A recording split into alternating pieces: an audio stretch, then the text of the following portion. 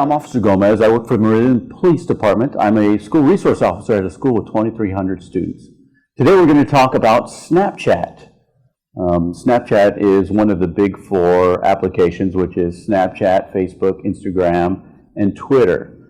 Snapchat's unique in that its design keeps it hidden from parents. Basically, when you send information or pictures or text, it disappears right away, and when the people receive it after so many seconds, it also disappears.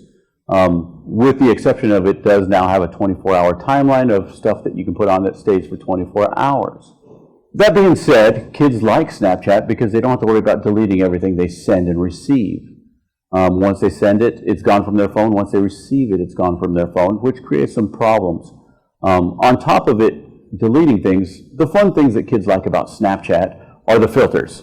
And the filters, when you are in the camera mode, which is the main screen, once you want to add a filter, you swipe to the left and you can put, rabbit ears or, throwing up rainbows, some headbands, some funny eyes. Halloween probably has the best filter where you can do some spooky things, which is kind of fun. The other things that it has for filters is you swipe to the right and it'll tell you the location, the temperature, the city. It also has a speed filter, which some kids like, and I can tell you the speed filter gets a little dangerous as kids will Snapchat themselves going certain miles an hour in their car, and then the next person has to go faster and faster and faster. I've personally seen some kids that are going over 100 miles an hour in their cars are Snapchatting themselves so that they can post the over 100 speed on their Snapchat. This has caused some crashes and some fatalities around the United States. But it is something that kids have access to. With Snapchat, it's used a lot for sending naked pictures back and forth between kids because they think it's secure and the person receiving the picture is not going to be able to save it. This is totally untrue. What kids used to do in old days is take a picture of the picture with a secondary phone. Nowadays, kids don't have to take a picture of the picture because there's a lot of third-party apps that save all the Snapchat photos for later viewing. One other item that just became available on Snapchat is the My Memories, basically. It's got it's got a photo vault in there, already built into the application.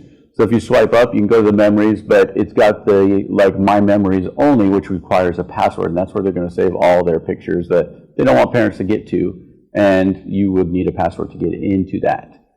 Lastly, about Snapchat and some of the dangers is it's got a mapping feature. So now it shows wherever you are in the world, it shows where you're at on your mapping. You can't shut the mapping off. However, a lot of kids like to have everybody to see where they're at on the map, even the people that they don't know. So they can be followed, targeted within about 6 feet of where they actually are. A dangerous feature. In general, Snapchat's pretty dangerous. I don't like kids having it under 15. So 15 is the Officer Gomez recommended age. The actual age that Snapchat recommends is 13, like all applications. None of them let you have under 13, but Snapchat, for the reason of it hiding things from parents on purpose, I give it a 15 age requirement, and I really don't like kids hiding things from parents. Even though we know they're going to, let's not make it easy for them.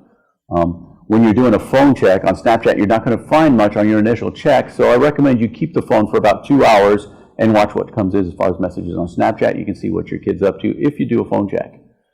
That's it. Over and out for Officer Gomez. Thanks.